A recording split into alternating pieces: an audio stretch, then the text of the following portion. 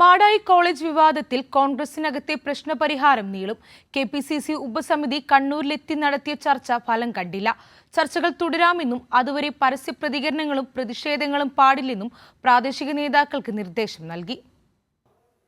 KPCC അച്ചടക്ക സമിതി അധ്യക്ഷൻ തിരുവഞ്ചൂർ രാധാകൃഷ്ണൻ, കെപിസിസി ജനറൽ സെക്രട്ടറിമാരായ കെ ജയന്ത്, അബ്ദുൾ മുത്തലീബ് എന്നിവരുൾപ്പെട്ട സമിതിയാണ് കണ്ണൂരിലെത്തി ഇരുവിഭാഗവുമായി ചർച്ച നടത്തിയത്. നിയമനം പരിശോധിക്കണമെന്ന പ്രതിഷേധക്കാരുടെ ആവശ്യം അംഗീകരിക്കപ്പെട്ടില്ല. നിയമപരമായ കാര്യത്തിൽ പാർട്ടി പരിശോധന പ്രായോഗികമല്ലെന്ന് ഉപസമിതി പ്രതിഷേധക്കാരെ അറിയിച്ചു. അതേസമയം പ്രതിഷേധത്തിന്റെ പേരിലുണ്ടായ അച്ചടക്ക നടപടി പിൻവലിക്കാമെന്ന് സമിതി ഉറപ്പു നൽകി. ചർച്ചകൾ തുടരും. അതുവരെ സമാധാന അന്തരീക്ഷം നിലനിർത്തണമെന്ന നിർദ്ദേശമാണ് സമിതി മുന്നോട്ട് വച്ചത്. MK രാഘവന്റെ കോലം കത്തിച്ച നടപടി പ്രാകൃതമാണെന്നും അത് അംഗീകരിക്കാൻ കഴിയില്ലെന്നും തിരുവഞ്ചൂർ രാധാകൃഷ്ണൻ പറഞ്ഞു. ഞാൻ പറഞ്ഞു, ഇന്ത്യൻ നാഷണൽ കോൺഗ്രസിനകത്ത് തർക്കം ഉണ്ടായ ഉടനെ ആരുടെയെങ്കിലും ഒരു കോലം കത്തിച്ച പ്രശ്നം തീരുമോ? അപ്പോൾ കോലം കത്തിക്കുക എന്നുള്ളത് പ്രാകൃതമാണ്.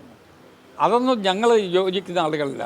അത് ആരുടേതായാലും ഞങ്ങൾ അതിനോടൊന്നും അങ്ങനെ യോജിക്കുന്ന, അല്ലെങ്കിൽ നമുക്ക് അതുപോലൊരു കേസ് ഉണ്ടാകണം.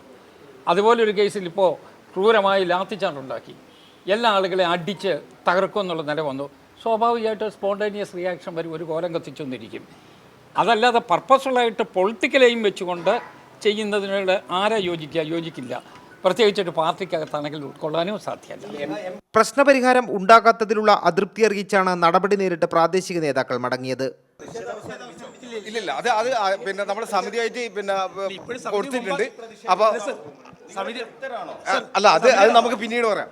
MK രാഘവനെ അനുകൂലിക്കുന്ന A ഗ്രൂപ്പ് നേതാക്കളും ചർച്ചയിൽ പങ്കെടുത്തു. താൽക്കാലിക വെടിനിർത്തൽ ഉണ്ടായെങ്കിലും പ്രശ്നപരിഹാരം ഇനിയും നീളും. നിയമന വിവാദം ഗ്രൂപ്പ് യുദ്ധമായി വളർന്ന സാഹചര്യത്തിൽ പ്രശ്നപരിഹാര ഫോർമുല കണ്ടെത്തുക എളുപ്പമല്ല.